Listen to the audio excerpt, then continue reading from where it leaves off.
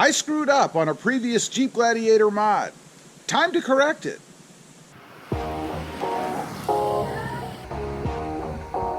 Well, good morning everybody. How are you today? Pretty good here, and that's right. I screwed up on a previous Jeep Gladiator mod. Actually, a subscriber on the channel pointed this out to me, and I thought, why did I do that? So I'm going to show you guys what it was. First off, let me preface this by saying, you know, I had gone with a kind of a green theme here recently. I painted the trail badge green. Back here around on the rear, I painted the tow hooks green. And then up here on the front, I had painted the tow hooks up here green as well, you guys can see. Now, let's pop the hood and I'll show you where I screwed up. Go ahead and get that off. Kind of a two-hand job there. All right, when you pop the hood, what's the first thing that grabs your attention? Well, if you're like me, it's this red paint on the engine cover here. Now, like I mentioned, a subscriber pointed out to me, why didn't you paint that green? And I thought, why didn't I paint that green? I don't know. I think I actually started the green theme after I had done the red lettering, if you will, on the engine cover there. So I kind of put the horse before the cart there, I suppose. So I'm going to pull this off and I'm going to show you guys what I'm going to do with it. I'll show you my way of painting it. If you saw my previous video, then that won't be a big surprise for you. But these do take a, let's see, a T30 Torx bit wrench, it looks like, or socket. So I'm going to go grab that. I'll pull this off and then I'll show you what I'm going to do. Okay. Did you like the little dramatic walking with the wrench? I thought that'd be pretty neat. All right, a little corny, I know. Let me sit you down here. We'll go ahead and pull this off. Find a good spot for you. Not too complicated to do. I do have my little cup here that I use to hold bolts, just a little magnetic thing right here. So we'll sit that down. Let's get these off. I can even see this one. That is deep down in. Wow. All right, let's start on this side. Always start on the easier side to get your feet wet, right?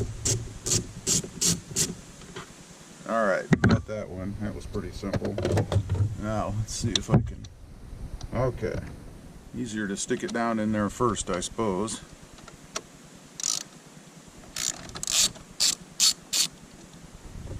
Okay. Go ahead and pull that one out. Can't get it out of there by hand that way. Let's do it this way. Okay, there you go. And again, put them in this little tray here, just so I don't lose track of them, you know. This should just pull up and out. Yeah, just like that. There's some little pins here on this side, if you will, go inside these. So not too bad. Let's go in the garage and I'll show you how I'm going to paint this thing, or repaint it, I guess. I did want to see real quick if I can get the red paint on there that's off. Not going to spend a lot of time on that, but I'm just going to hit it with something real quick and see. Real quick, I'm just going to hit these with a little bit of sandpaper. If nothing else, just rough it up a little bit. This is pretty warm, by the way, because it was out in the sun, but I think we're all right. You don't have to do this step, obviously, if you're going to paint your own. But I just wanted to see if I can knock that red off a little bit. And it is scuffing up, you guys can see right there. And it is coming off pretty well. I probably could sand it all off if I wanted to. Or maybe, if you want to go for that rugged look, there you go. There's a rugged look for you. I'm going to go ahead and continue doing that. I may take it all the way down. I don't want to sand down the lettering much, so we'll see. Okay, got it roughed up here as much as I'm going to. I could take it all the way off, like right here, but I don't see any reason to, since I'm just going to paint over it anyway. Do need to put some rubbing alcohol on there to clean it up for paint. I'll do that in a minute. This is what I'm using. They're acrylic paint markers.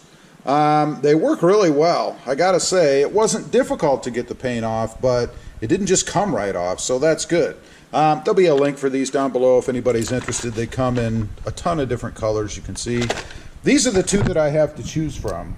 And I have found that the actual color is a little bit lighter than what it shows on the end of the paint pen. But this one I'm sure is way too light. This one is probably as close as I'll get. Let's go out here and take a real quick look. Again, probably doesn't matter in the end, but I just want to be close. There's what we have here. You guys can see. Let's go out into the brighter light here. There we go.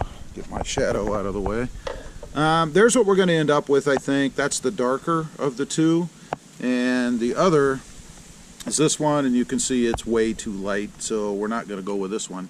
Again, doesn't really have to match perfectly. That's not really my goal. As long as it's green and it's dark, I think I'll be okay. With these, I find it's best just to kind of get the paint flowing a little bit before you start. And what I'm going to do, I'm just trying to stay on the top of the letters here. I don't want to go down the sides. I don't want to paint the edges. I just want to paint the very tops. So let's get the paint flowing. These you just push down, hold down a little bit, do it a few times, and you can see it kind of starts to flow. Do that till it starts coming out. Like that. You can see there it's coming out. That's the color that we're going to have. You can see it's just a little bit different. Not much in this case, actually, but a little. Okay, that's our paint. So let's go ahead. All right. And I can definitely feel in the pen how roughed up I got these. So that's good. We should get pretty good adhesion, I think. And I did find you want to do it rather quickly, and you want to try to do it in one fell swoop, because once this starts to dry, you will damage it by going over it again. So best to, I really like this shade, by the way, but best to do it in one fell swoop as opposed to having to do multiple coats until it's dry, of course.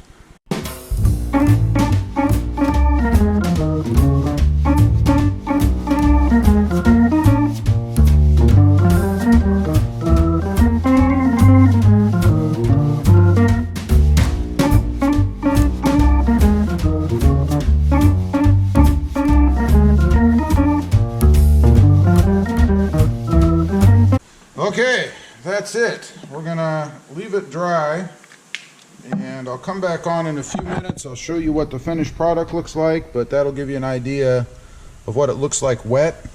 And I gotta say, I'm digging it. This green is awesome. I like it. Okay, here's what it looks like dry.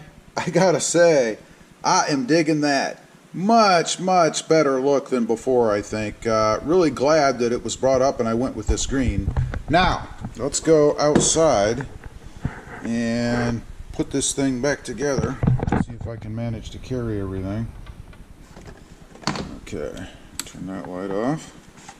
Let's go. I think I have everything.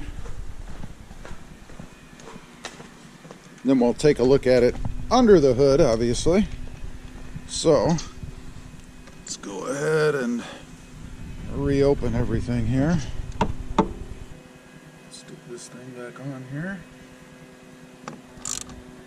Of course, you are tightening down against plastic, but that's not too bad. Actually came out pretty easily. There you go. That's what it looks like inside there. Let's see, I don't know if you'd be able to see it against the, or along with the hooks. It obviously is a different shade, but that's okay.